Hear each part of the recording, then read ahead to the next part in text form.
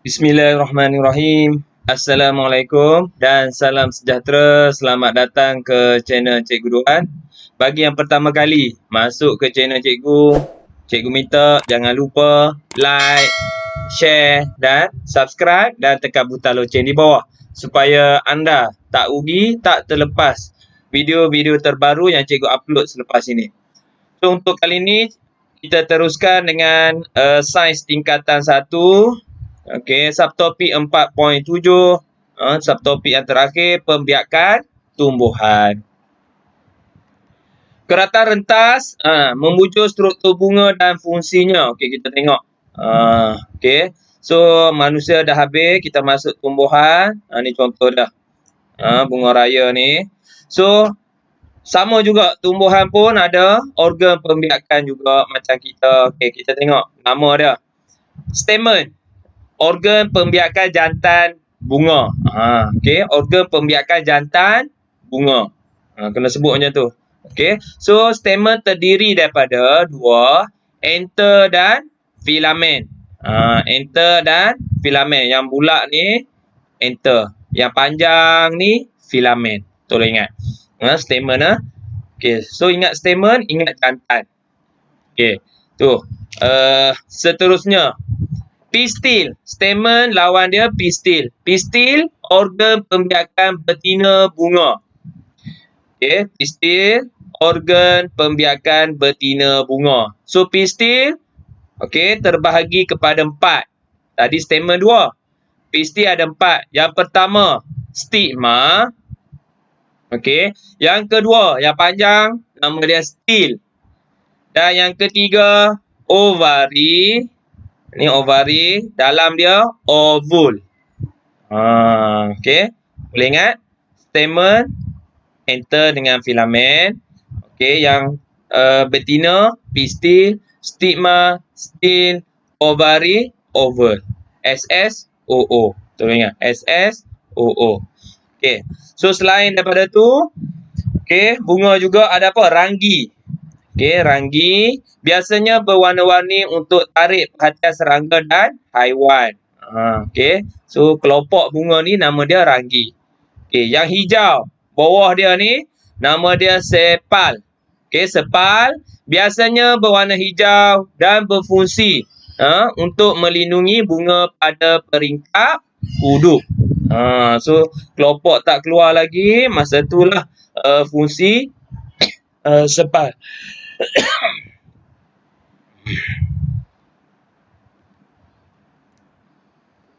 Okey, kita pergi kepada pendebungaan.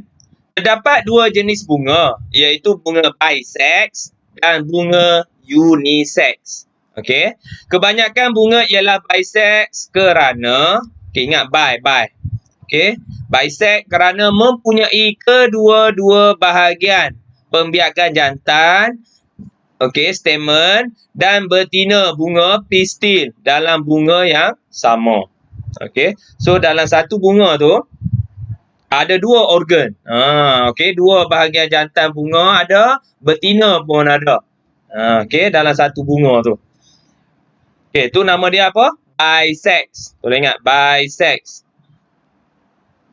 Bunga unisex pula tak lengkap kerana bunga unisex hanya mengandungi stamen atau pistil sahaja. So unisex ni dia asing. Okey. So jantan asing, betina asing.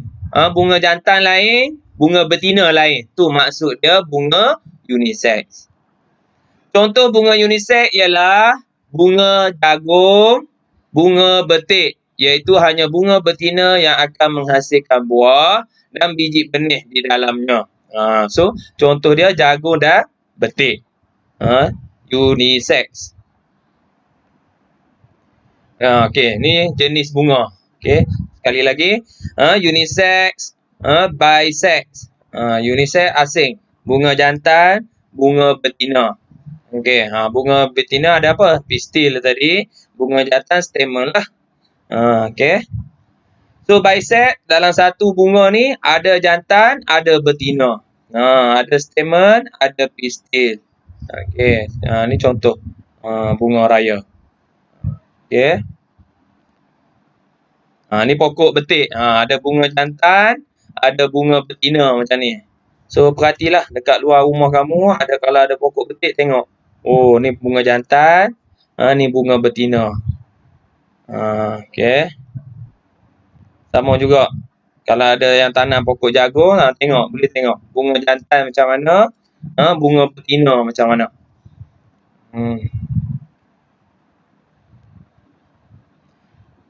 Pendebungaan.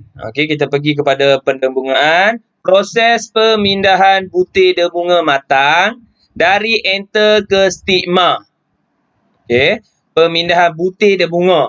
Benih dia lah butir debunga tu. Okey, yang matang dari enter ke stigma.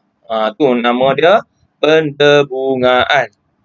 Enter yang matang akan pecah dan membebaskan butir debunga.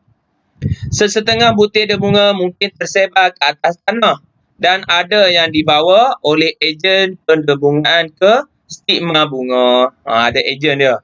So mungkin setengah ada jatuh ke tanah dekat dengan pokok tu, ada pula yang dibawa oleh ejen. Okey. Siapa ejen ni? Nanti lepas ni. Pendebungaan terbahagi kepada dua, pendebungaan sendiri dan pendebungaan kacuk. Okey, pendebungaan sendiri, pendebungaan kacuk. So kalau kita tengok pendebungaan sendiri, satu pokok ni, okey, ada banyak bunga, dia pindah je daripada bunga atas, okey, jatuh ke bunga bawah, ada pokok yang sama. Kalau kacuk, pokok asing-asing. Nampak? Pokok asing-asing. Okey, kita pergi lebih detail. Butir debunga dipindahkan ke stigma bunga yang lain tetapi pada pokok yang sama. Tolong ingat, pendebungaan sendiri maksudnya pokok yang sama. Butir debunga dipindahkan ke stigma bunga yang sama. Okey, tu sendiri. Okey, kita tengok kacuk pula. Butir debunga dipindahkan ke stigma bunga yang lain dan pokok yang lain tetapi daripada spesies pokok yang sama. So mestilah pokok yang sama. Okey. Pokok lain-lain ni tapi spesies yang sama. Kalau bunga raya lah. Okey. Kacuk. Ni ejen lah ni. Ni salah satu ejen ni. Okey. Angin, haiwan dan serangga serta manusia merupakan ejen pendebungaan yang membantu proses pemindahan butir debunga. Ni ejen dia. Rama-rama. Okay, kita tengok proses pemindahan butir debunga oleh ejen pendebungaan. Ini boleh tengok dalam buku teks. Okay, yang pertama, butir debunga daripada enter bahagian A. Yang dia bagi tahu tadi, enter pecah. Lepas tu tersebarnya butir debunga. Okay, bunga A melekat pada badan atau kaki serangga. So rama-rama daripada sini dia hinggap. Okay, kebetulan enter pecah, butir debunga lekat dekat kaki-kaki, dekat sayap rama-rama. Lepas tu rama-rama tadi dia terbang. Dia terbang ke bunga lain. Butir debunga yang dibawa oleh serangga dipindahkan ke stigma bunga B. So secara tak langsung, okey, butir-butir debunga yang tadi yang melekat tadi jatuh atas stigma bunga B. So berlakulah pendebungaan. Okey. Okey, selain daripada tu, haiwan dan serangga, ejen juga. Butir debunga biasanya melekat pada paruh atau badan haiwan. Okey, dia hisap madu ni. Apabila serangga hinggap di atas bunga untuk menghisap nektar. Nektar tu madu lah. Butir debunga akan melekat pada kaki badan serangga yang berbulu. Ciri-ciri bunga yang didebungakan oleh haiwan dan serangga. So macam mana haiwan dan serangga dia suka apa? Bunga yang jenis macam mana? Adakah yang warna pudar ke?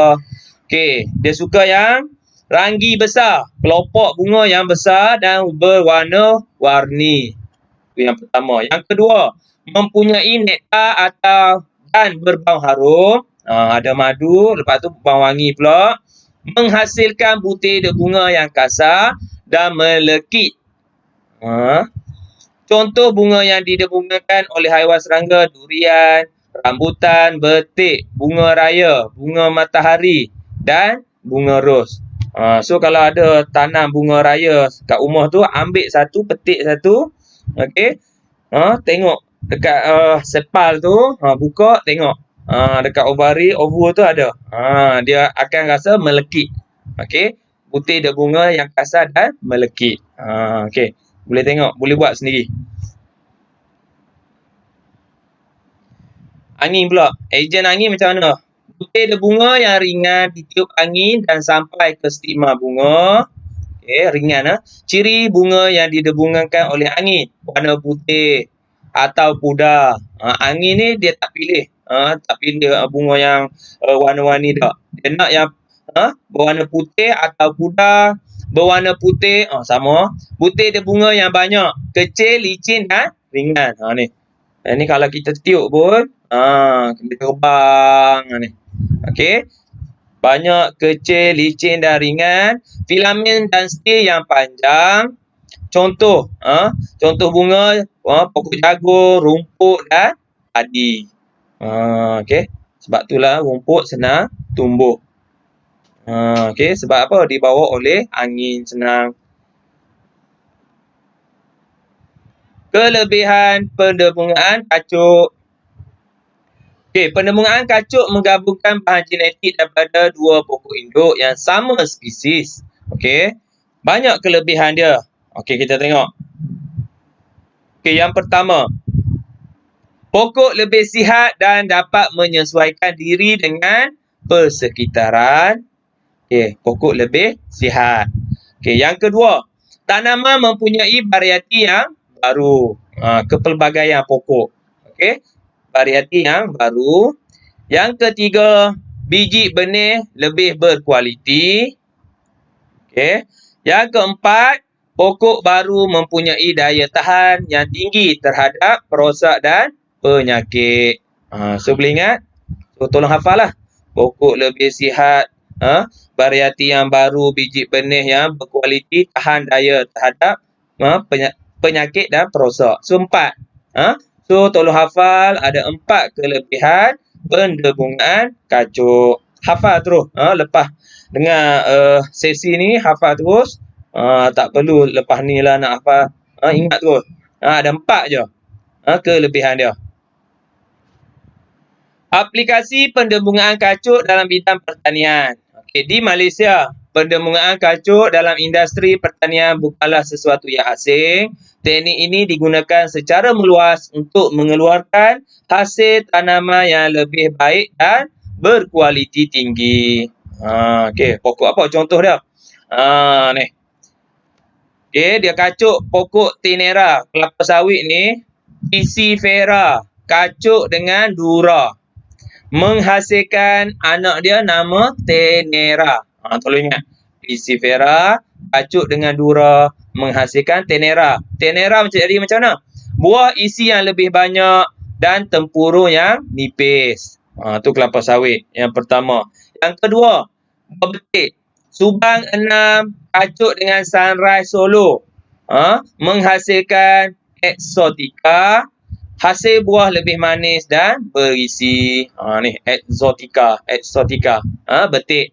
Boleh ingat? Tenera Exotica. Yang ketiga. Okey, pokok jagung. Jagung manis dari Taiwan dan Mexico.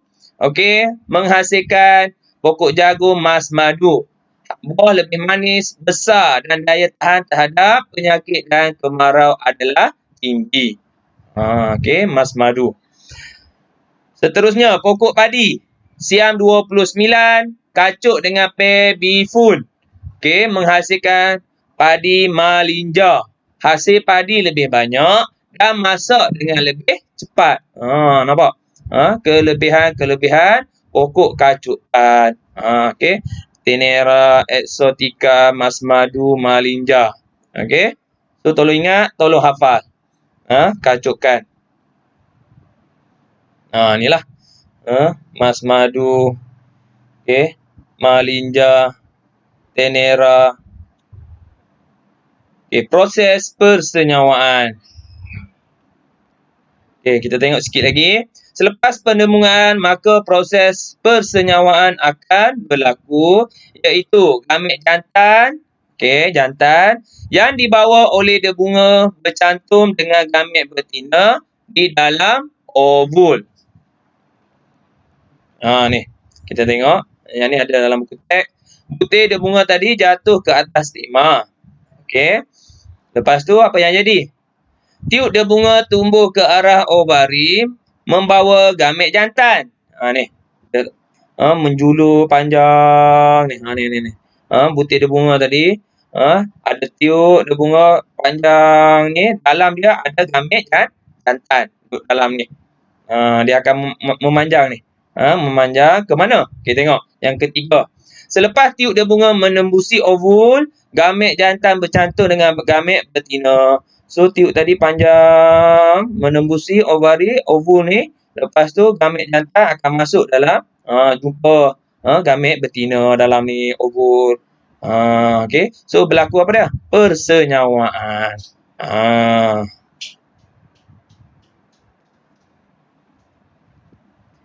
Selepas persenyawaan berlaku, ovul dalam ovari berkembang menjadi biji benih.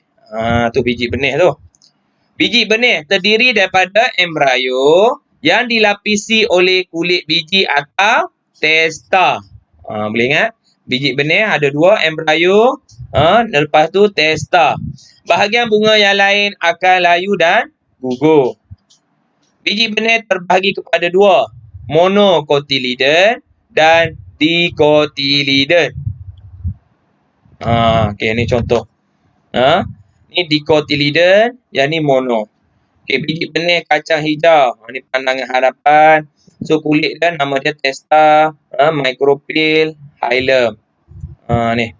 So yang ni keratan memanjang. Okey, plumar, radical dalam dia, cotyledon luar, testa. Okey. So yang ni struktur monocotyledon. Okey. Mono ni satu. Okey. Pandang harapan. Kulit, radical. Tengok. Keratan memanjang kulit biji, endosperma, cotyledon, plumar, radical. Okey. Ada fungsi dia. Okey. Kita pergi kepada fungsi dia. Okey. Kulit biji tadi, biji benih tadi, okey, terbahagi kepada tiga. Testa, hilum, microphyll. Testa untuk apa? Melindungi biji benih, kulit dia macam jaket baju lah. Yang kedua, hilum, tempat biji benih melekat pada buah. Yang ketiga, microphyll, liang kecil yang membenarkan air dan udara memasuki biji benih. Dia macam pintu lah. Pintu masuk air dan udara. Microphyll. Okey, habis kulit biji. Yang kedua, embrio. Okey, ada tiga, plumar. Embrio berkembang menjadi pucuk. So tolong ingat P, plumar. Plumar P, ingat P, pucuk. Yang kedua, radical. Embrio berkembang menjadi akar. Tolong ingat radical, ingat akar. Dia membesar menjadi akar. Okey, plumar dia jadi pucuk. Yang ketiga, cotyledon ataupun endosperma. Simpan membekalkan makanan untuk percambahan biji benih. So, masa biji benih ni, dia tak perlukan apa? Cahaya matahari untuk fotosintesis. Sebab apa? Sebab dia macam ada peti ais. Okey, biji benih dah ada peti ais kat dalam, ada semua makanan dah. Nama peti ais tu ialah cotyledon. Untuk simpan, untuk membekalkan makanan. Okey, boleh ingat? Lama pucuk, radical, akar, cotyledon, ingat peti ais. Okey.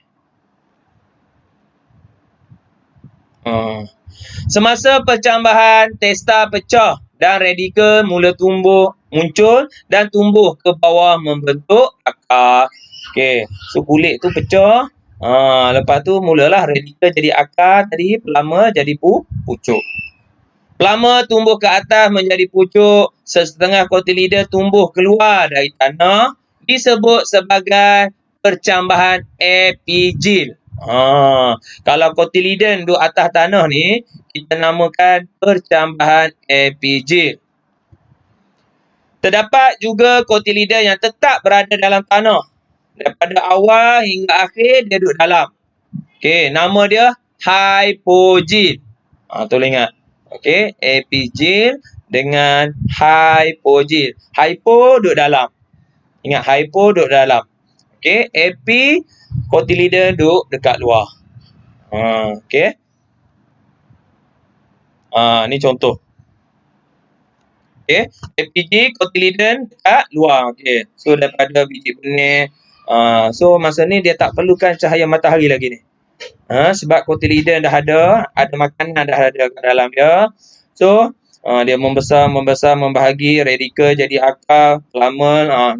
Okey, radikel jadi akar, dia makin besar, makin tinggi, lama jadi pucuk, nampak? So bila start dah ada pucuk dah, dia perlukan cahaya matahari untuk proses fotosintesis. Okey. So daun dan batang daripada filamen, okey, cotyledon. So cotyledon berada di atas tanah juga, di luar, di atas tanah. So nama dia epigil. Ingat, epigil. Okey, kita tengok hypogil. So filamen, okey, permukaan tanah ni. Okey, filamen jadi pucuk, dia naik pucuk. Lepas tu radikel jadi akar. Okey, pucuk. So cotyledon daripada awal hingga akhir tetap kekal di dalam tanah. So kita namakan dia percambahan hypogil. Tolong ingat. So banyak term-term yang kamu kena ingat.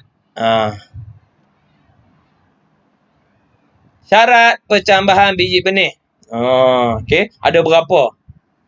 Okey, yang pertama air. So biji benih ni dia perlu air. Lembap. Okey. Yang kedua udara. Dan yang ketiga adalah suhu yang sesuai. So ingat 3. Sekali lagi, air, udara, suhu yang sesuai. Nampak, biji benih dia tak perlu pun cahaya matahari lagi. So itu saja daripada cikgu untuk kali ini. Kalau anda suka video cikgu, jangan lupa like, share dan subscribe dan tekan butang loceng di bawah. Sehingga berjumpa lagi dalam video akan datang. Wallahualam. Assalamualaikum.